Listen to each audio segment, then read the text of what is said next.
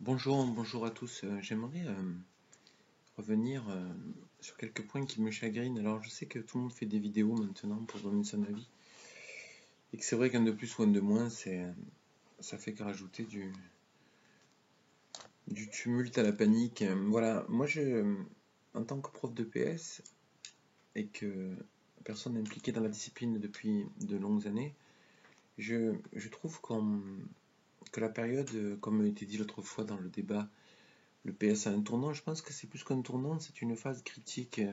Alors je vais résumer très à grands traits ce qui me justifie ce propos. La première chose, c'est bien évidemment l'état de santé de notre jeunesse, hein, qui a perdu un pourcentage, une capacité physique et un pourcentage extraordinaire. Voilà, 25-30% sur les 30 dernières années, là, selon les études. Ensuite, bien évidemment, l'intégration ou l'absorption peut-être du ministère des Sports par le ministère de l'Éducation nationale. On voit bien qu'il y a une volonté de confusion entre les deux, en tous les cas, pour ceux qui sont extérieurs à la discipline, malgré tous les combats que mènent certains de l'intérieur pour essayer de convaincre, mais pour convaincre les gens à l'extérieur, il faut les toucher. Et nous, globalement, on ne parle qu'aux initiés ou à ceux qui sont déjà convaincus. Donc, sans intérêt. Donc, le ministère, ensuite, avec bien sûr le Covid, la Covid, pardon, la pandémie qui nous crée de vraies tensions dans ces rapports qu'elle instaure entre les corps, hein, ça je l'ai déjà dit plusieurs fois. Mais bon, voilà, on a réussi à générer de la peur du corps de l'autre, alors que nous, on s'occupe du corps des ados, donc on est en plein paradoxe. On est tellement en plein paradoxe qu'on nous a mis dehors. Hein, peut-être qu'on nous a mis dehors de l'école avant de nous... Enfin, des établissements, j'allais dire dehors de l'école. En dehors des établissements, c'est-à-dire travailler à l'extérieur, hein, ce qui n'est pas facile.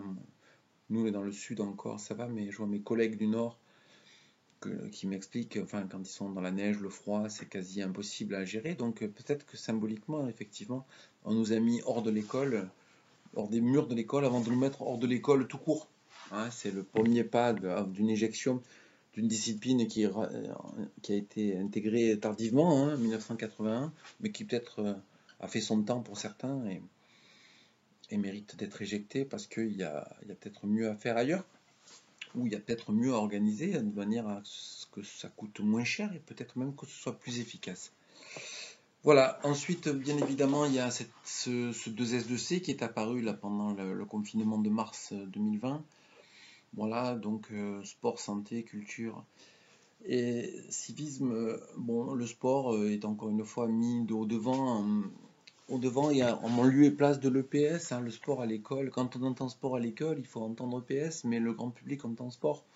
Voilà, et bouger, faire de l'exercice pour la plupart des gens, les parents comme les élèves, comme la dénomination des collègues, comme la presse, comme les médias entendent de sport, quoi, voilà. Donc cette absorption, elle ne peut que nous être fatale parce que c'est pas nous ne sommes pas les plus puissants, hein, face au mouvement sportif, avec encore un facteur, les Jeux Olympiques qui arrivent, avec la création de l'Agence nationale du sport qui est très récente de l'an dernier, avec le bouger 30 minutes où on a vu notre ministre Jean-Michel Blanquer s'essayer à quelques gesticulations qui ont été reprises et critiquées dans de nombreux sites. Voilà, en tout cas une communication, comme dit Didier Delinière, assez habile, hein, avec Michel Simès en prime, enfin, des personnages médiatiques qui sèment la confusion. La confusion est semée. De fait, plus personne ne fait le distinguo à l'extérieur. Je pense qu'il y a un double problème. Il y a un problème externe, bien évidemment, on vient de l'évoquer, et un problème interne. Et le problème externe, il dépend beaucoup du problème interne. C'est-à-dire qu'il y a selon moi ce que j'appellerais une erreur ontologique, c'est-à-dire de l'ordre de l'étang. On n'a pas su se positionner correctement. Enfin, l'éducation physique n'a pas su, ou ses penseurs, ses concepteurs, l'inspection générale, je ne sais moi, dans ces années là, de débat, n'a pas su se positionner pour dire quel était vraiment son objet. Hein, comme je l'ai écrit dans un texte il n'y a pas très longtemps, notre objet c'est le sujet. Notre objet, ce n'est pas le sport, ce n'est pas de faire des sportifs, ce n'est pas de préparer les Jeux Olympiques. On n'est plus au temps du gaullisme flamboyant ou des JO de Rome. Voilà, c'est fini ça. Hein. On n'est plus là-dedans dans la pyramide qu'elle soit coubertinienne ou dans les années 60 hein, de Maurice Herzog pour faire du sportif. C'est fini tout ça. C'est fini. On a de la sédentarité, on a de l'obésité, on a de la mauvaise santé. Et il faut réfléchir vraiment à ce qu'on veut faire, à ce qu'on veut être. Moi, je pense que l'EPS n'a vécu depuis un siècle, 140 ans, quoi, à peu près, dans la vassalisation. C'est-à-dire qu'elle n'a été que soumise, elle n'a été que au service. Et elle a essayé de se mettre au service pour exister, justement, hein. Donc, comme dit l'expression, quand on veut être dans l'heure du temps, on finit souvent en feuille morte. Ou bien une deuxième expression qui est d'Edgar Faure, que j'aime beaucoup, ce n'est pas la girouette qui tourne, c'est le vent. Et le PS a agi un peu comme une girouette en suivant le vent de la société, j'allais dire sociétale, mais j'aime pas cette expression. Le vent social, le vent de la mouvance et les desiderata des gouvernants. Donc j'ai écrit sur ça, sur la digression sur le S, hein, c'est-à-dire que le S de EPS a balayé tout l'historique, hein, de la soumission des soldats, de la santé, du sportif, du scolaire. Maintenant, on est une société, on doit former un citoyen, un CLAPSEV, un citoyen lucide, autonome, physiquement et socialement éduqué. Donc, pour ce qui est du socle, là, je parle que du collège, puisqu'après, il n'y a plus d'obligations scolaires. Mais voilà, on est vraiment dans une discipline qui s'est vouée corps et âme à ce qui pouvait lui servir pour exister. Voilà, il y a une fonction utilitariste qui a été mise dans l'EPS, elle a joué le jeu. Et je pense que c'est là qu'on s'est perdu, l'erreur ontologique, elle est là. Il y a des gens qui ont tiré la sonnette d'alarme, hein. Il y a Jean-Marie Brom, on voit son livre là derrière moi. Il y a Jean Le Gouge, Pierre Parlebas et bien d'autres, hein, qui ont essayé de recentrer la discipline ailleurs, de la sortir de cette vassalisation sportive qui quand même est omniprésente, à tel point on a un peu honte du sport, parce que nous on dit APSA. Le sport, il ne faut pas en parler, il faut dire APSA, parce que ça fait moins je fais comme mon club, quoi, hein. Ça fait j'ai une particularité disciplinaire, hein, qui est autre. Et on va même pousser le bouchon encore un peu plus loin en mettant le paquet maintenant sur les formes de pratique. C'est-à-dire que les aménagements dans les pratiques sportives, hein, parce que c'est de ça dont il s'agit, on appelle ça maintenant des formes de pratique, et tout le monde dit quelle forme de pratique tu fais, comment. Voilà, on emploie les termes ronflants finalement pour dire je fais des aménagements, je fais bloquer le ballon au volet parce qu'ils ont du mal à renvoyer, ben je pose cette forme de pratique en jouant à 3 au lieu de jouer à 6, mais on est dans des pratiques sportives. Genre, vous pouvez tourner autour du pot autant que vous voulez, vous y êtes. Et on y est coincé dedans. Et alors, on a deux solutions.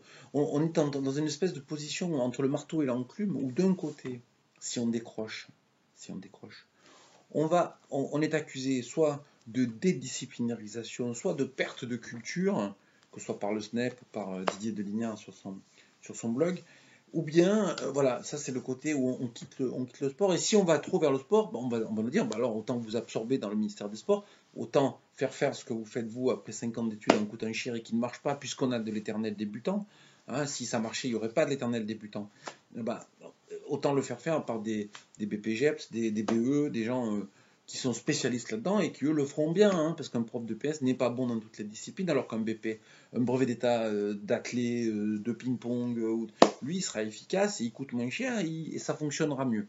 Donc on est coincé entre je me détache du sport, mais j'ai plus de justification à mon essence, ou bien je fais du sport et je me fais absorber. Donc on est là-dedans. Alors qu'est-ce qu'on fait? Alors on patauge depuis quelques temps. Alors je lis, alors moi j'avais écrit sur le S, j'ai vu Guillaume Ditch et ses collègues qui ont fait pareil, qui ont dit le S ne doit plus exister, ou le S c'est celui de scolaire. Là j'ai vu dans sa proposition sur LinkedIn, j'ai vu 4 heures de PS. Très bien tout ça, on peut rajouter des heures, on peut débattre. Mais le problème c'est que notre fondement n'est pas bon, parce qu'en interne on n'est pas d'accord. Quand je regarde sur EPS Mania, sur tous les sites dédiés, sur le prépa d'Agreg, sur tous les sites sur Internet, toutes les productions liées à la discipline qu'il y a, d'ailleurs on est très riche, ça c'est un bon atout pour la discipline. On a beaucoup, on est lié quand même à ce qu'on propose, au faire, à l'action, et pas à la réflexion de ce faire et de cette action. On est bien plus existentialiste qu'essentialiste. C'est-à-dire, on ne réfléchit plus sur ce qui doit fonder notre pratique, on réfléchit à comment mettre en place notre pratique, nos praxis professionnels. Bon, c'est pas reprochable, c'est un constat. Je constate, pour moi, qu'il y a une erreur de longue date qui s'est posée et qui nous met en déséquilibre entre ceux qui vont nous reprocher de plus nous appuyer sur une base culturelle et ceux qui, disant qu'on s'y appuie trop, vont nous absorber. Alors comment exister? C'est pour ça qu'on slalom et que ce déséquilibre est permanent depuis des années. Parce qu'on n'est pas à notre place. Je pense qu'il faut remettre le corps au centre de la discipline. Le prof d'éducation physique et sportive, d'ailleurs moi dans mon établissement je dis pas du tout ça, dans mon projet EPS, j'appelle ça épanouissement physique scolaire.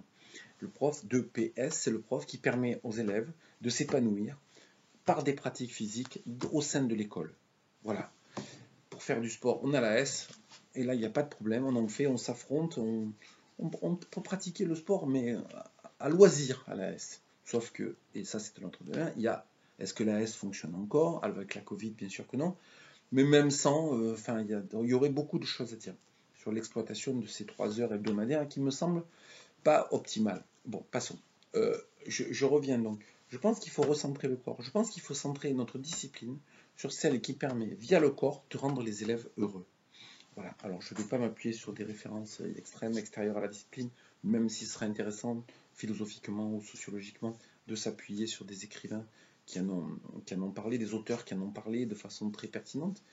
Ce qui est clair, c'est qu'en EPS, je vois, on se fait plaisir, les gamins se font plaisir. Enfin, se faisaient plaisir. Parce qu'avant, si on était la discipline préférée, maintenant, on est devenu tellement pénible, et on est tellement dans une sériosité permanente, qu'on devient aussi ennuyeux que les autres disciplines. Hein, attention à ça. Il y avait un plaisir en EPS, qu'on retrouvait une complicité par la pratique, par l'effort, par le partage de ces moments où le corps s'exprime, il s'épuise, il éprouve. Hein, on a un corps, on est un corps, hein, autant qu'on ne l'a. Hein, on n'est pas un corps quand on a du plaisir ou quand on souffre. Hein, on est un corps tout le temps. C'est ce qui fait que je suis là devant vous et que vous êtes là. Hein, vos sensations, vos oreilles, j'ai vu que c'était le sujet de la règle. La règle interne, les sensations, très bon sujet. Voilà, on passe par là. On passe par là. Nos gamins, bien sûr, ils ont du plaisir en cours. Ce plaisir, il amène de la gaieté dans nos cours. Quand cette gaieté s'installe, elle amène de la joie. Quand cette joie, ils l'éprouvent de façon récurrente, hein, toutes les semaines, à tous les cours, ben, ça devient une forme d'épanouissement. Et cet épanouissement qui passe par le physique va amener vers le bonheur. Donc la discipline EPS est la discipline qui permet aux gamins d'aller vers le bonheur, d'accéder à une forme de bonheur. Une école qui rend heureux. Hein, George Snyder l'a joué à l'école, en 1986, certains le citent souvent. À un moment, il faut aller vers là. Qui oserait dire mettre l'école, l'EPS, en difficulté si c'est la discipline qui permet aux élèves d'être heureux? Si c'est celle qui non seulement va les aider dans leur santé, va favoriser leur bien-être, on sait très bien ce qui se passe en termes de connexion mentale sur les hémisphères, sur les pratiques par rapport à la compréhension, à la sécrétion d'hormones qui font du bien, qui rendent joyeux. On ne va pas rentrer là-dedans, tout ça, il y a des spécialistes, si vous voulez, on peut lire les textes ensemble, mais on le sait, tout ça, ça a été posé scientifiquement. Ce que je veux dire, moi, c'est qu'il faut à un moment remettre l'église au centre du village, c'est-à-dire que l'église au centre du village, c'est le corps au centre de la discipline. À partir de là, dans mon projet EPS, j'ai dit, on s'appuie sur des EPSALI.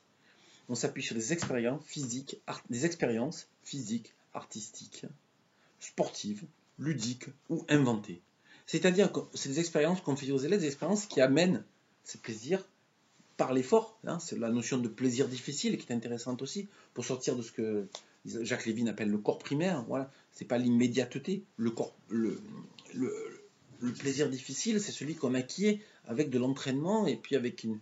Alors après, vous avez l'expression orthogonalité des buts, enfin tout ce baratin disciplinaire qui est intéressant, mais qui ne parle à personne à l'extérieur. Sinon à nous et encore pas à tout le monde chez nous, parce qu'il y en a beaucoup qui ne le lisent plus. Donc, je reviens à ce que je disais, les EPSALI, des expériences, donc on vit des choses, on vit des moments partagés avec les élèves, physiques, parce que n'oublions pas quand même qu'à un moment, hein, ce qui est central dans l'EPS, c'est le P, hein, le pivot, je fais référence à mon hyper Alain Réty, le pivot c'est le P, hein, il m'a dit une fois, en arrivant à Marseille, j'ai découvert l'éducation physique en tongue et à moins de 6 km/h. Bon, voilà. Ceci dit, quand on fait du tir à l'arc, on n'est pas nécessairement dans une activité très, très violente, discipline d'adresse. Je pense que lui, il parlait de la pétanque, en l'occurrence. Je me sens concerné parce que j'enseigne la pétanque. Voilà. Mais bon, je pense que dans la pétanque, il y a de l'affrontement, de la concentration, de la stratégie, de l'adresse, un mouvement à maîtriser. Donc, on est dans de l'EPS.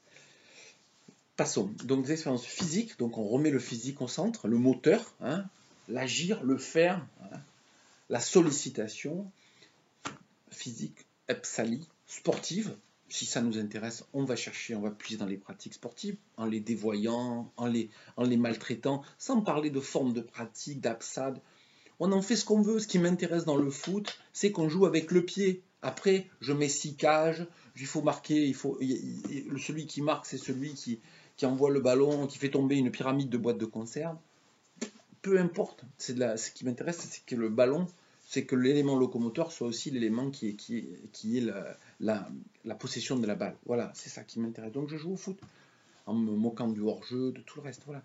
J'exploite dans le foot ce qui m'intéresse. Sportive, artistique, bien sûr, on va chercher dans toutes les pratiques artistiques ce qui m'intéresse quand on veut générer dans ce que j'appelle l'ARAC, hein, l'artistique et l'acrobatique. Bon là, on va chercher dans ce qui nous plaît.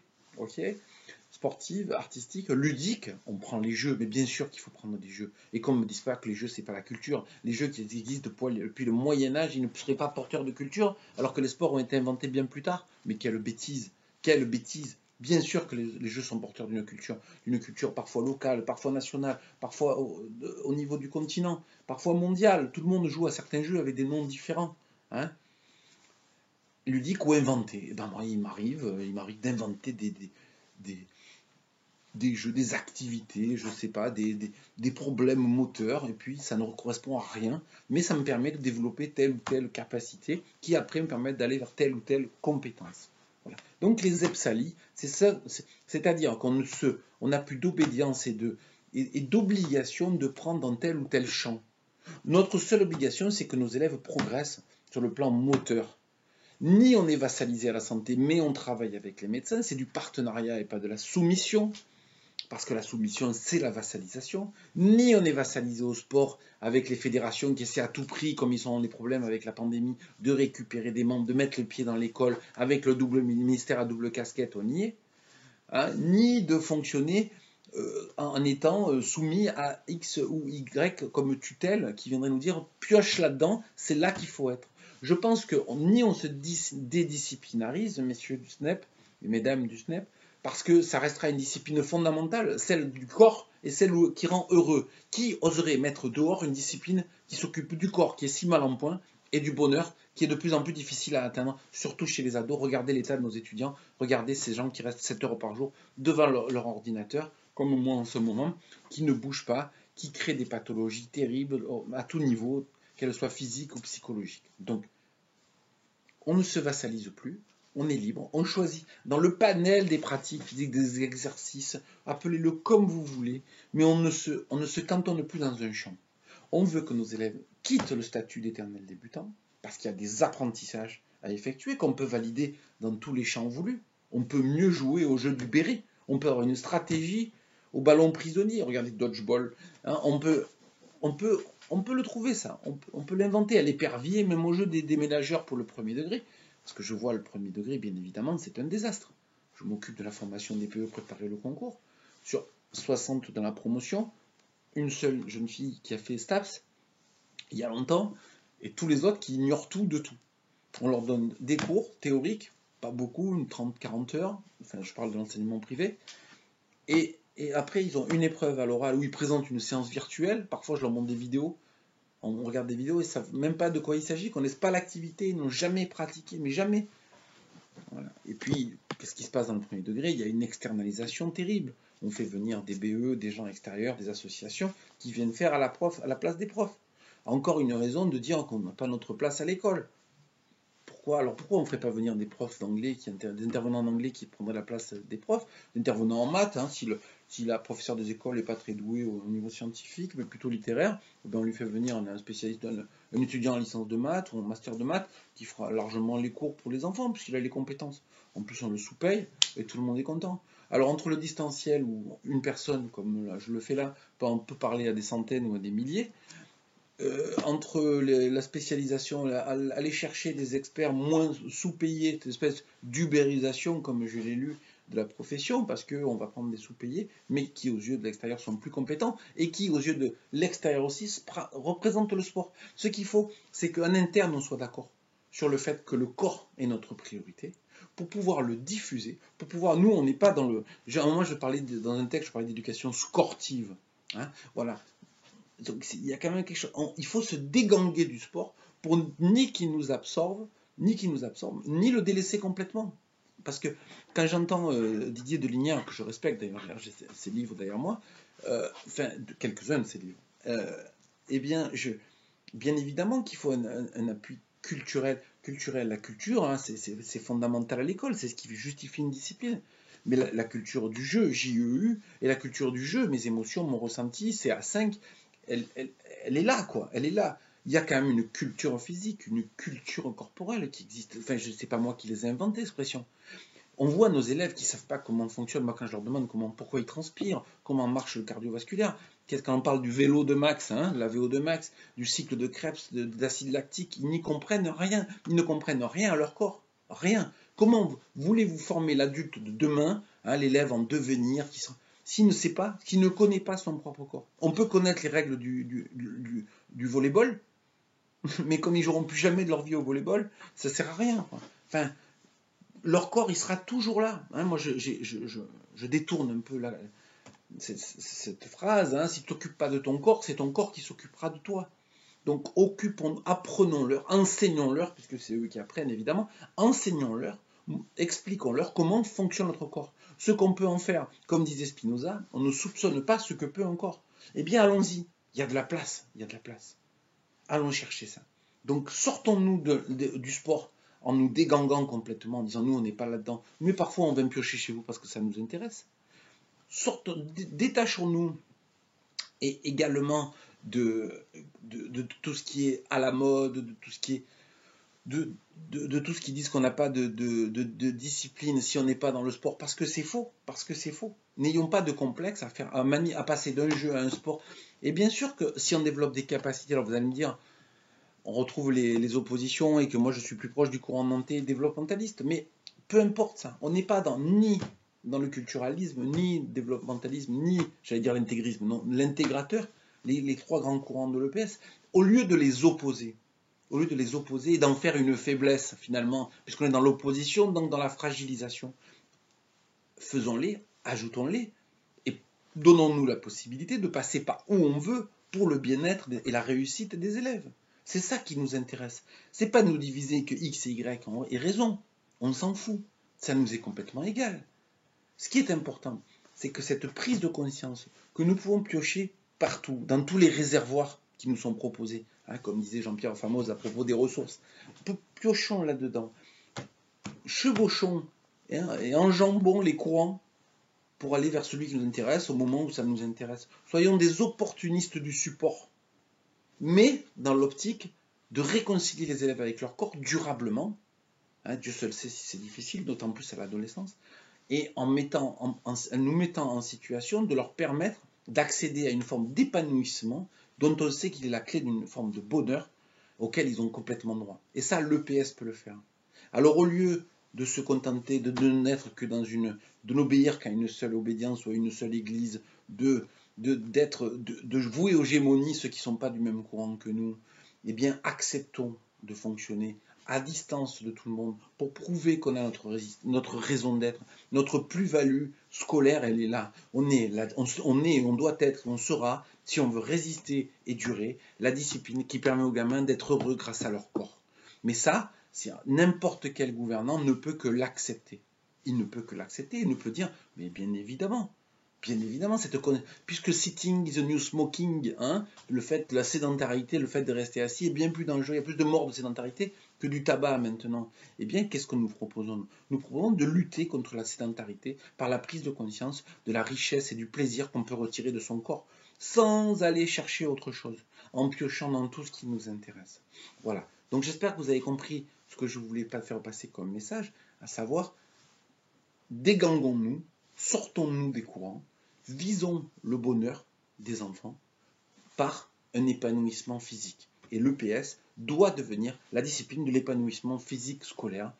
Et ce sera une spécificité tellement forte, prégnante et impossible à dénier que nous ne serons plus jamais en danger, comme nous pouvons l'être actuellement avec toutes les déviances, toutes les dérives que nous constatons. Merci beaucoup de votre écoute.